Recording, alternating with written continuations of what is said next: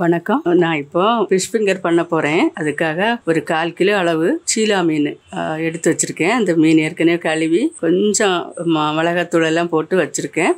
இப்போ அதை வேக வச்சிடலாம். ஆவியில் வேக வைக்கணும்.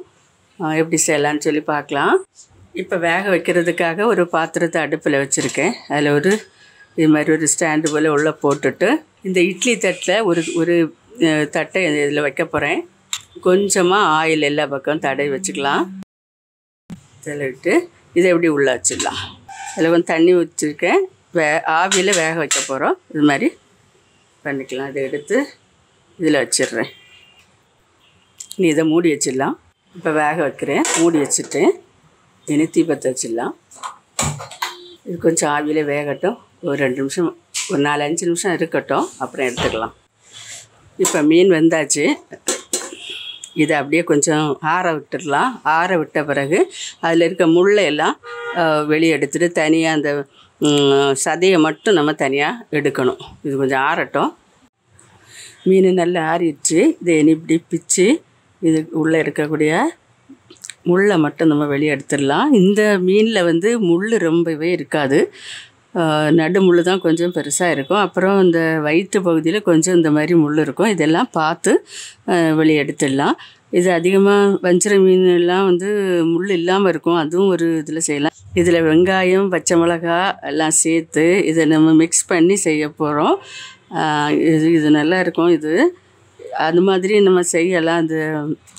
அது ஃபிங்கரில் அந்த அளவில் எடுத்து, அதான் இதுக்கு பேர் ஃபிஷ் ஃபிங்கர்னு வந்திருக்கு. அந்த ஒரு ஃபிங்கர் நீளத்தில் கட் பண்ணிவிட்டு அது மாதிரியும் பண்ணிக்கலாம். நான் இன்றைக்கி இது மாதிரி பண்ணுறேன்.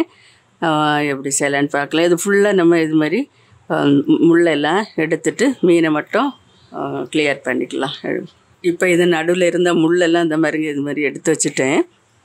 இனி இதுக்குள்ளே இதை நல்லா மிக்ஸ் பண்ணும்போது இதில் வேறு முள் சின்ன பொடி ஏதாவது இருந்தால் கூட தெரிஞ்சிடும். அது மாதிரி நல்லா பார்த்து இதை நல்லா பொடி பண்ணிக்கணும்.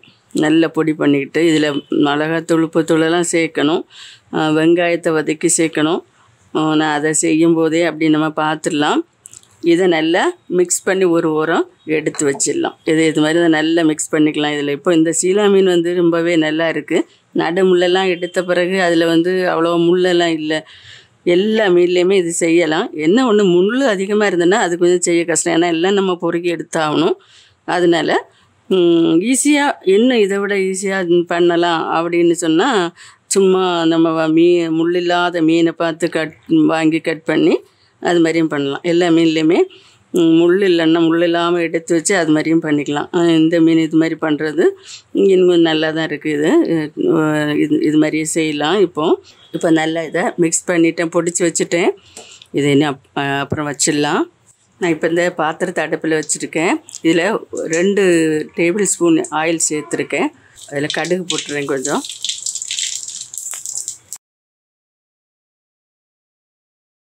கருவேப்பிலை பிச்சு போட்டிருக்கேன். 2 வெங்காயத்தை கட் பண்ணி வச்சுருக்கேன். அதை சேர்த்துடலாம்.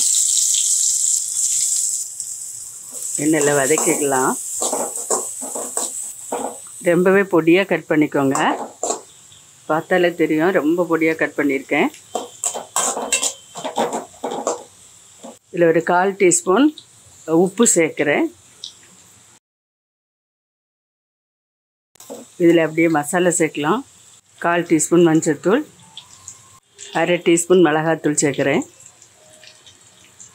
1/4 டீஸ்பூன் மல்லித்தூள் கலந்து விட்டுலாம்.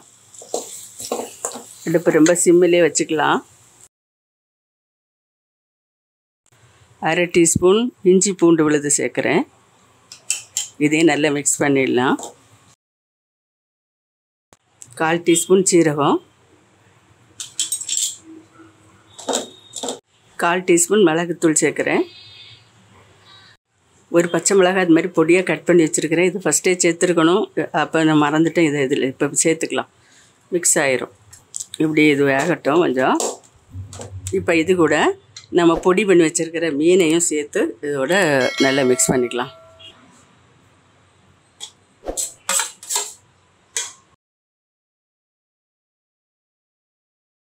இதிலேயே தேவையான காரம் உப்பெல்லாம் கரெக்ட் பண்ணி போட்டுக்கணும். இதை இனி ஆற வச்சிடலாம். இது மிக்ஸ் பண்ணது போதும். கொஞ்சம் 2 நிமிஷம் லைட்டாக வதக்கி விட்டுட்டு அப்படியே ஆற வச்சு விட்டுடலாம். இப்போ நான் ஆஃப் பண்ணிடுறேன். ஆற வச்சிடலாம். இப்போ இது நல்லா ஆறியாச்சு. இது கை வச்சு நம்ம கொஞ்சம் லைட்டாக பிசைஞ்சிக்கலாம். இதில் கார்ன்ஃப்ளவர் மாவு 1 டேபிள் ஸ்பூன் எடுத்துருக்கேன். இது இதில் சேர்த்துடலாம். மைதா மாவு 1 டேபிள் ஸ்பூன் சேர்த்துட்டு இதில் ஒரு முட்டை இது மாதிரி மிக்ஸ் பண்ணி வச்சுருக்கேன். இதில் தேவையான அளவு இதில் முட்டையை நம்ம சேர்த்துக்கணும். ஃபஸ்ட்டு மொத்தமாக விட வேண்டாம். கொஞ்சம் இதை பிசைஞ்சிட்டு கொஞ்சம் முட்டையை சேர்த்துக்கலாம்.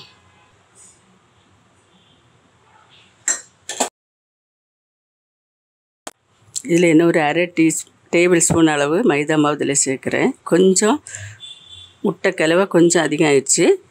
ஒரு 3/4 விட்டா போதும். 3/4 அளவு விட்டா போதும்.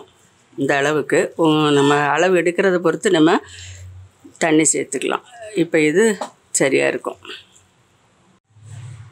இப்போ இது மாதிரி உருட்டிட்டு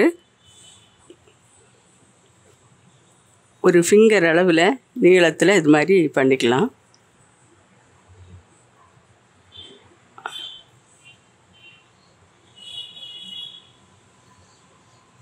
இது மாதிரி ஷேப் பண்ணிவிட்டு பிரெட் பொடி வச்சுருக்கேன். இதில் போட்டலாம். இது கடையில் வாங்கினது தான். இது எடுத்துட்டு மறுபடியும் இதை கொஞ்சம் நல்ல அந்த பொடி அதோட நல்லா மிக்ஸ் பண்ணுற மாதிரி கொஞ்சம் அதோட சேர்கிற மாதிரி பண்ணி வச்சிடலாம். இவ்வளவுதான். இது மாதிரி நம்ம ஒவ்வொன்றையாக செய்து வச்சிடலாம். இது மாதிரி எல்லாம் செஞ்சுக்கலாம். நான் கொஞ்சம் மல்லி இலை இதில் சேர்த்துருக்கேன் லாஸ்ட்டில்.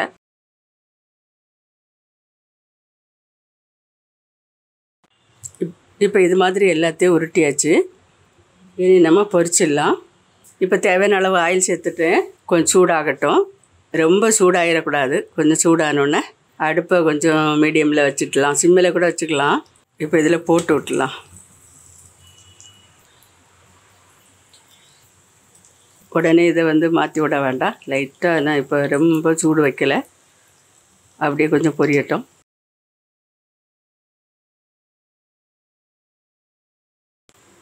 கொஞ்சம் பொன்னிறமாக வர வர பொரியட்டும்ல. அது இளம் சூட்டிலேயே பொரிஞ்சால் தான் நல்லா இருக்கும். உள்ளேயும் வந்துடும். உள்ளே ஏற்கனவே இது வேக வச்ச மீன் தான். நம்ம மசாலா எல்லாமே கொஞ்சம் அதை வதக்கி வேக வச்சு தான் வச்சுருக்கோம். இருந்தாலும் மேலேயும் நல்ல இந்த ப்ரெட்டு நம்ம இது பண்ணியிருக்கனால முக்கி எடுத்துருக்கோம். அதனால் கொஞ்சம் கிறிஸ்பியாக இருக்கும். இது இன்னும் கொஞ்சம் வேகணும். கலர் சேஞ்ச் ஆகணும். நான் இதில் பச்சை மிளகாய் சேர்த்துருந்தேன். ஒரு பச்சை மிளகாய் பொடி பண்ணி சேர்த்துருந்தேன். நாங்கள் வீட்டில எல்லாம் பெரியவங்க தான், அதனால் நான் சேர்த்துருந்தேன். நீங்கள் வீட்டில் குழந்தைகள் இருந்தாங்கன்னா பச்சை மிளகாய் சேர்க்காமலே பண்ணுங்கள். குழந்தைகள் ஆனால் அதை தான் விரும்பி சாப்பிடுவாங்க. பச்சை மிளகாய் அவங்க வாயில் கடி விட்டுறக்கூடாதுல்ல. அதனால் பார்த்து சேர்த்துக்கோங்க. அது மாதிரி கருவேப்பிலை போட்டேன். கருவேப்பிலை போடுறது பிடிக்கலைன்னா போட வேண்டாம். இனி போதும். இதை எடுத்துடலாம்.